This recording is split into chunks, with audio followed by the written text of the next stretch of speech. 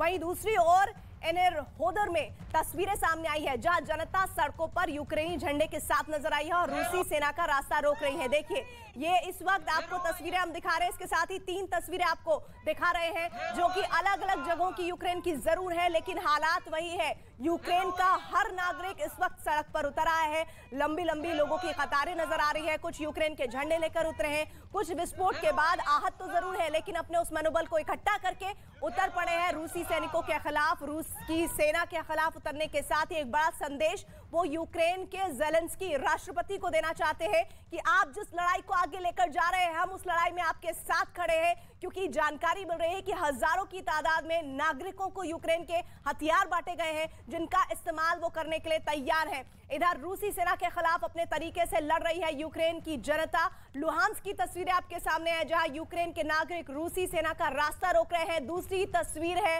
एनेरहोदर से जहां पर जनता सड़कों पर यूक्रेनी झंडों के साथ आई है और खार्किव की भी तस्वीर है।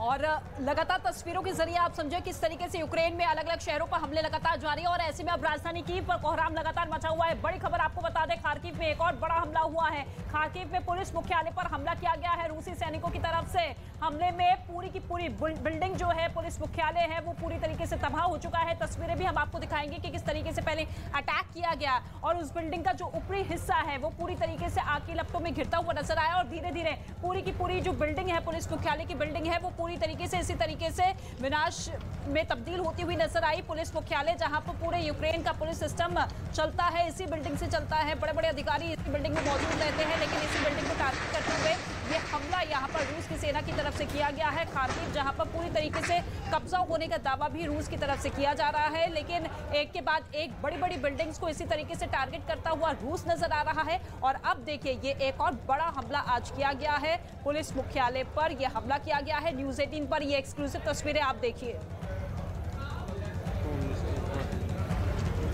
और ये 2 तस्वीरें आप जरा देखिए। पहली पुलिस मुख्यालय की तस्वीर जहां पर यह हमला किया गया, इसके साथ ही उसी बिल्डिंग को किस तरीके से आग के गोले में तब्दील किया गया है, क्योंकि जो ऊपरी हिस्सा देख रहे हैं आप, जो टॉप एंगल आप देख रहे हैं, देखिए पहले आग लगी और उसके बाद धीरे धीरे उसका जो मलबा है इस बिल्डिंग का मलबा वो चारों ओर इसी तरीके से बिखरता हुआ नजर आया और धीरे धीरे ये पूरी की पूरी बिल्डिंग जो है तबाह होती हुई नजर आई और इसी तरीके का कोहराम जो है पूरे यूक्रेन में बना हुआ है।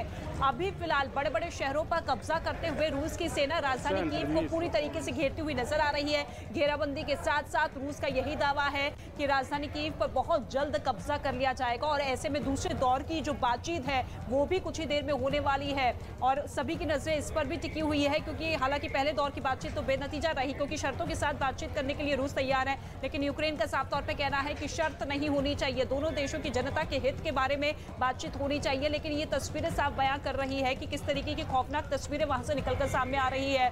भय का माहौल बना हुआ है क्योंकि रूस ये भी चाहता है कि एक तरीके से डर वहां पर पैदा किया जाए ताकि वहां की जनता, वहां की सेना अपने आप सरेंडर कर दे। और अब 2 तस्वीरों के साथ ये 3 तस्वीरें आप देखिए। खैरसोन पर पूरी तरीके से कब्जा कर लिया है और यही बड़ा दावा आज रूस की सेना की तरफ से किया गया है। पहले घेराबंदी की गई, धीरे धीरे रूस की सेना आगे बढ़ती हुई नजर आई और अब पूरी तरीके से खैरसोन को अपने कब्जे में ले लिया है रूस ने। खार्किव पर सबसे बड़े हमले अभी तक लगातार जारी है। पुलिस मुख्यालय को टारगेट किया गया, इसके अलावा अस्पताल की बिल्डिंग पर भी हमला किया गया। स्टेशन, एयरपोर्ट की तस्वीर भी हमने आपको दिखाई थी जहां पर भारी तादाद में लोग इस वक्त मौजूद हैं, वहां पर उन लोगों को टारगेट करते हुए हमला किया गया और अब सीधे तौर पर रूस की सेना की नजर है राजधानी कीव पर। और इस बीच एक और बड़ी खबर आ रही है, यूक्रेन ने दावा कर दिया है। यूक्रेन का दावा इस बार उन्होंने 6000 रूसी सैनिकों को मार गिराने का किया है। साथ ही यूक्रेन ने रूस के जब्त किए गए हथियार और सैन्य वाहनों की तस्वीर जारी कर दी और बताया कि रूसी सेना को इस युद्ध में बड़े स्तर पर नुकसान हुआ है।